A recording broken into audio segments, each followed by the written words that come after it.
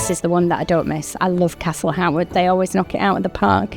It's just pure magic. It's such an immersive experience, and it's so true to the book as well. I'd recommend it to anybody. Really special experience, and unlike anything you can do elsewhere, I think. It's like a magical Christmas experience. It's away from your kind of like normal traditional one. So it's like a really fun kind of Christmas day out that's slightly different to what you'd be doing usually. People are going to absolutely love every second of it.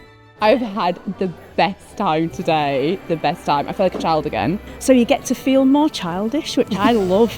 If you want a day to escape everyday life and just have a wonderful, enchanting, magical time, come here and just enjoy.